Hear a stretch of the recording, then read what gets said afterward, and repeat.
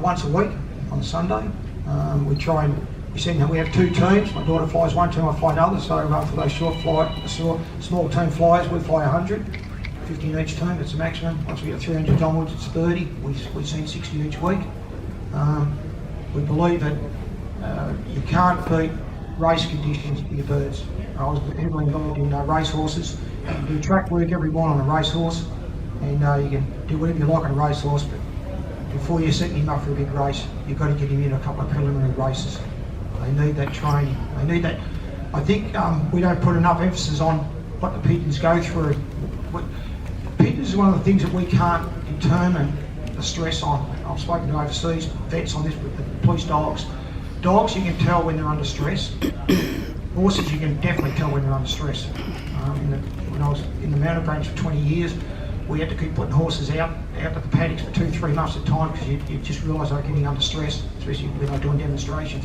Pigeons, we can't actually look at them and determine if they're really under heavy stress.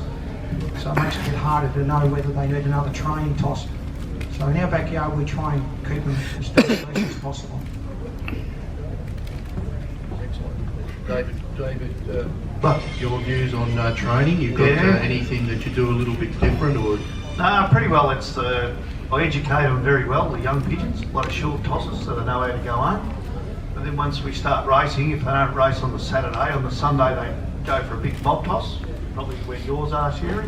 They get about an hour and a half on the wing, wherever they go. I'm not that fussed. And then on a Tuesday or a Wednesday they'll get a short one, about a 20-minute. Just depends on how I'm going with my lifestyle to get them to fit in. And that's pretty well it, and race them. And if they're any good, they'll come to the top. Sometimes you might get the gut feeling they need another little toss, so you can do it.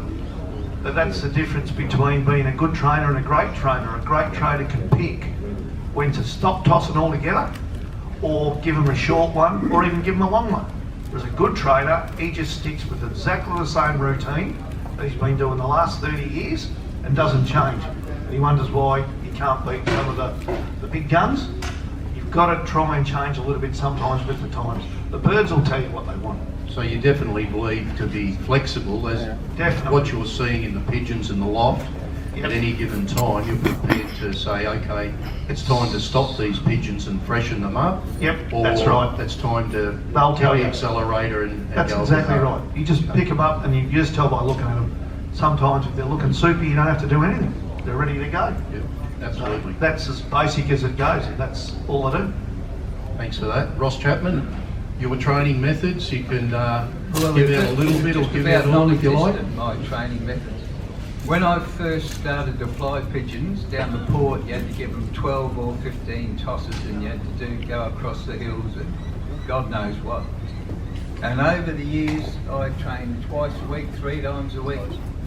And, sorry, can you hear me? Yeah. And I realised that, well, good pigeons are good pigeons, and they don't need to be flogged.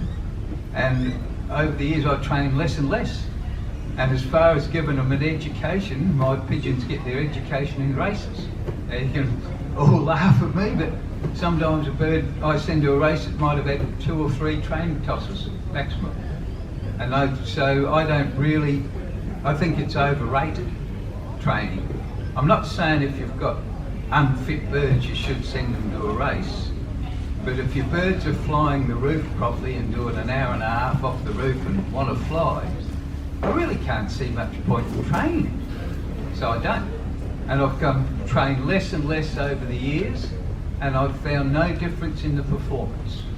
That the birds, if they're fitting well, John and I were talking there before, and he sent, I can't remember the amount of time it was, but he won a race just recently with a bird that hadn't raced for about 8 weeks. And I can recall a little towpath where I ran first and second, and when I looked it up, one of the birds had 8 weeks off and the other one had 7 weeks off. And all they done was fly around the loft. Now I know you're probably thinking, yeah, bloke's handling himself here, but that's what I do. I just...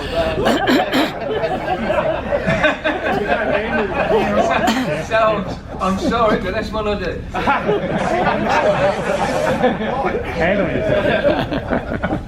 If you want to move move away. The question is John, training. Yeah, training. I do what everybody else does early. As I said earlier, I fill 300 rings, which I know is a lot of pigeons and so on. But I don't toss with anybody. This is my 38th year I've raced, and in 38 years I don't think I've ever put a pigeon in a commercial unit. I've had the odd friend take a pigeons once in a year, like my partner Brian Barlow, who's long since dead. He tossed them once in 10 years.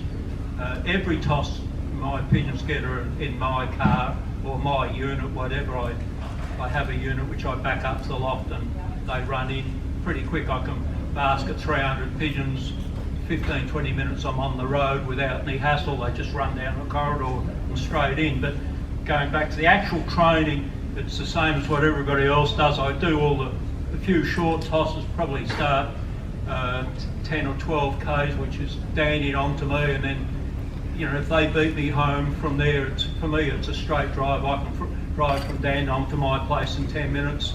If they're at home when I get home, well, I go a bit further. I'm not one for tossing lots of times at the same place. Within probably 7 or 8 tosses I'm at 50 Ks, and then once I've been at 50 Ks 2 or 3 times, I go straight to probably about 100, 130 Ks. But that's prior to racing. Once racing starts, I've actually won the Fed averages without having tossed for the entire season without racing. And I know it probably seems far-fetched, but it's factual. Even this year I sort of dropped my bundle a bit. At the start of the year we had a sort of a bad toss from 190 Ks. For me personally, dropped 30 or 40, 43 actually, to be honest. Dropped 43 pigeons. I thought, oh shit, you know, you get 2 or 3 more of these tosses and I'll have nothing left. So I thought, well, I've always done well without tossing, so I won't toss. So I just give up tossing. That was the very first club race. And so went for about 5 or 6 weeks and I got in every Fed. I thought, oh, well, that's all right, just keep doing it. And basically, I kept doing that the whole year. And we got to when we were to start, when we were due to fly Tasmania, I thought, well, I better give them a couple of tosses from down south. So I got 2 tosses from Coonia Beach, which is 50 Ks. And then, of course, Tassie got cancelled, so that was a waste of time. And then I thought, oh, I better still do something because we're getting into the longer races. So I gave them 6 20K tosses from Ringwood. And that's the entire tossing they got for the whole year, apart from the early tossing before racing. And my whole training method, we're talking training, is geared around pigeons flying the roof. From the day that mine start flying, once they're weaned, and I mean they're all weaned, the whole 300, they get separated. My hens go one side and the cocks go the other, and from that day on they fly an hour every day, 6 days a week, not basketing day. Basketing day nothing goes out, but they fly the roof an hour every day. Hens go out at daybreak. If they land after half an hour, I chase them up. Not if the falcons are getting in them, of course, but if they just get lazy, I chase them up. I shut the doors, and they seem to learn that they have to fly that hour. And you can almost set your watch, because it takes me exactly an hour to scrape 800 perches. It takes me an hour to scrape the 800 perches, to put the fresh sand down every day. I open the doors and the pigeons are ready to land. It's almost to the hour, and I do that religiously from about the 1st of April. And when we get to 600 mile, like the last week, they still fly the hour because that's all they know. And the cocks do the same, but at night. That's it. Can I just say this? I don't want to think that people to think that I just take birds out the loft and send them to a race. I didn't really mean that. And I give them a couple of little short tosses, which is just mainly to put them in the basket and to fly home. And on occasions, during the season, you have to toss your birds that are sitting there doing nothing. But basically, I think getting up the road every day, I haven't done it for years. Sorry. Thank you, gentlemen. There's some interesting thoughts there. For whatever it's worth, my view on training was, I was asked probably 10 or 12 years ago when I was doing a talk, I think in Sydney, I was asked about training, and I really questioned myself, why do I train pigeons? What do I want from my pigeons? And I just looked at a football team or a soccer team or swimmers. You train basically for two reasons. Number one is physical fitness, and number two is your skill sets. And I identified the skill sets that I wanted refined in my pigeons. Number one, you want your pigeons to leave the race point, toss point, straight away. Not to hang around, you want them to get away straight away. Number two, you want them to fly in a straight line as fast as they possibly can, which comes into motivation, right? That's a separate story. And number three, you want them out of the sky onto that scanning pad as quickly as possible. So that's the way I used to view training my pigeons. Physical fitness, and we've touched on that. Sometimes you can overdo it and you can wear the pigeons out. But remember, every time you take your pigeons out, you've also got to be mindful of those skill sets you're trying to drum into your pigeons, because it does become a conditioned reflex. And if a pigeon picks up a bad habit or something wrong early in its life, it'll tend to keep it for the rest of its racing life. So I was like John Van Beers. I never ever trained with anyone else. I always trained my pigeons on their own, because I wanted them to leave point A and get to point B, which was my home loft, in a straight line. I didn't want them to be gregarious. They're only gregarious for wanting to be company with others of their same loft. I wanted unsociable pigeons, if I could put it that way.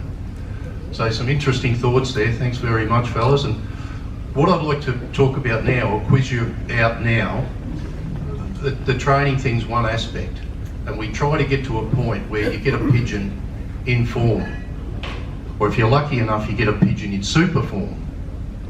And my view on form and super form is, when you hit super form, the pigeon believes in itself so much it becomes also a mental attitude rather than physical. What do you look for in a pigeon in super form? Firstly, you, John. A hard one. I don't think the whole lot's in super form, but they're not. I usually a pigeon will tell. Often a pigeon will tell, what John said before, and Dave, that the pigeon tells you itself if you're observing the pigeon. And again, some people have probably got the expertise to observe an animal and actually see what it's displaying. Other people probably can't, never will. I'm fortunate I have my daughter and her partner Cam, they're in my loft every day for 8 to 10 hours. So my birds are never released out of my loft because of the falcons and the goshawks. They're never sent out of my loft unless one of those two are sitting on the front of the loft. The reason being that if the falcons or the goshawk come, they've got two big heavy bits of timber, 50 by 50 timbers, red gum, and they just bang them together. I'd like to shoot them, but unfortunately the next door neighbour doesn't appreciate my guns. So, and that seems to scare them enough to deter them. So I don't get the opportunity, sometimes when you're in a partnership, for those who've been in partnerships, you take a step back and you look at a certain aspect of the portfolio of your loft, and others do the others. So in regard to superform, it's my daughter and Cam that actually observe the birds, and they're the ones who are observing them 8-10 hours a day, and they're the ones who will tell me that a certain bird needs to go. And I remember Leanne saying, we were picking our team out, Leanne said, I want that bird to go. Anyway, won the Fed. So obviously she saw something that Cam and I never saw that week. So I think to be able to see superform, I think it comes down to observation. And a lot of people probably haven't got the time, restraints, family. Some people actually work. you know, they'd not be able to be there all the time looking at those things. And what Greg said is right, there might only be 1 or 2 little displays in the whole day that bird shows, and if you're not there to observe it, then you possibly miss it, so therefore you don't realise that bird is cherry ripe to go to that race. So that's all I can say. I mean, you know, like I said, I leave a lot of that form up to my daughter and because they're there all day. That's what they're there for. That's why I pay them nothing. So I can sit there all day watching. You know. You pretty well covered it there. The pigeons will tell you, as I say, then someone will say, what do you mean the pigeons will tell you they can't talk? Well, you'll see their eyes are normally shining bright and the pigeons are just happy. Or they're starting to pair up with another pigeon in there, in a corner. Now that'll bring on what people call their super form. Or all of a sudden, if your pigeons fly for an hour, they're doing 2 hours, 3 hours. They're just feeling good in themselves. And that's pretty well it. And then if you're flying well, you've got super form. That's the best way I can sum it up. Well, I got no idea.